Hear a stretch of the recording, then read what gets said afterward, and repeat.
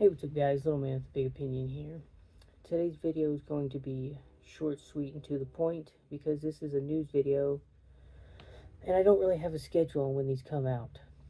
Um, I tell all of my viewers that for about 10 minutes in the morning you should take a look at the news, and for about 10 minutes at night before you go to bed you should look at the news, and then have notifications on just in case something wild happens in the middle of the day. The more informed you are, the better you can make decisions when it comes to your prepping and your plans for your friends and family. That being said, if you liked receiving videos like this, hit the bell notification, subscribe to the channel, share it with your friends and family. So, I just saw a news article. The title mostly speaks for itself. It took a couple minutes to read through. But there are between 3 and 10,000 North Korean troops in Russia. Some reports have said 10,000, some reports have said 3,000, more have said 3,000. Point of the matter is you have like-minded individuals that on some level are helping each other out. And the general consensus with a lot of the information is they're there to help Russia with their war in Ukraine. They haven't really said how they're helping. I wouldn't really expect them to be there as, military advisors. They could be, though. I more expect them to maybe be there to observe and, gain more insight on different tactics. But you never know. We could see North Koreans fighting Ukrainians here at some point. And they say history repeats itself. For many people that don't know, Spain had a revolution. They had fascists on one side and communists on the other side. Italy, Germany sent troops to help the fascists, and Russia sent equipment and some troops to help the communists. All of this happened in 1937 before a lot of, what we consider World War II starting happened.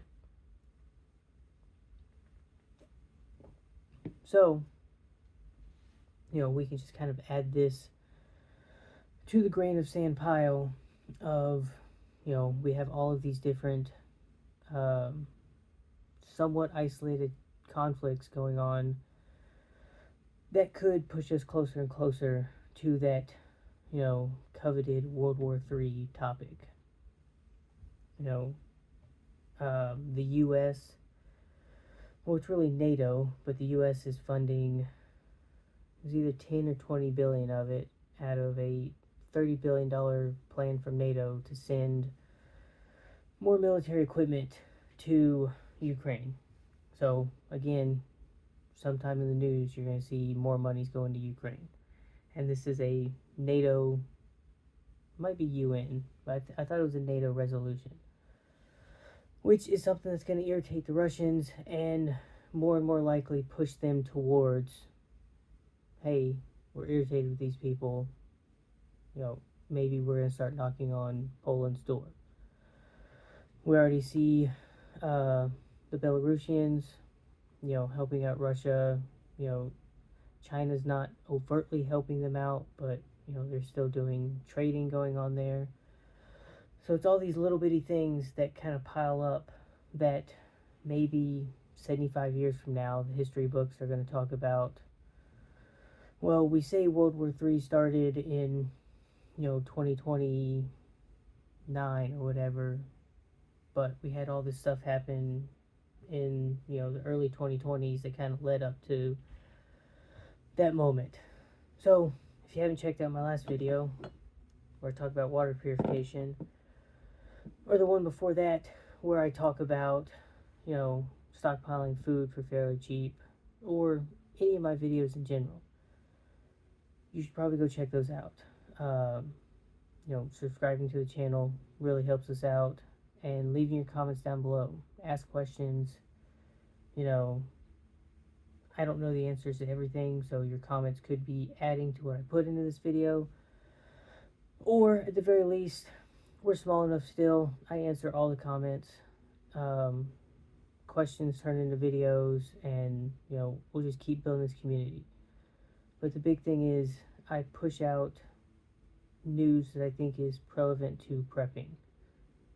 So the point of this video is, this might be a tick towards the World War III button being pressed. So just another reason that you should be, adding to your preps. But I've rambled on long enough, so I'll catch you in the next one.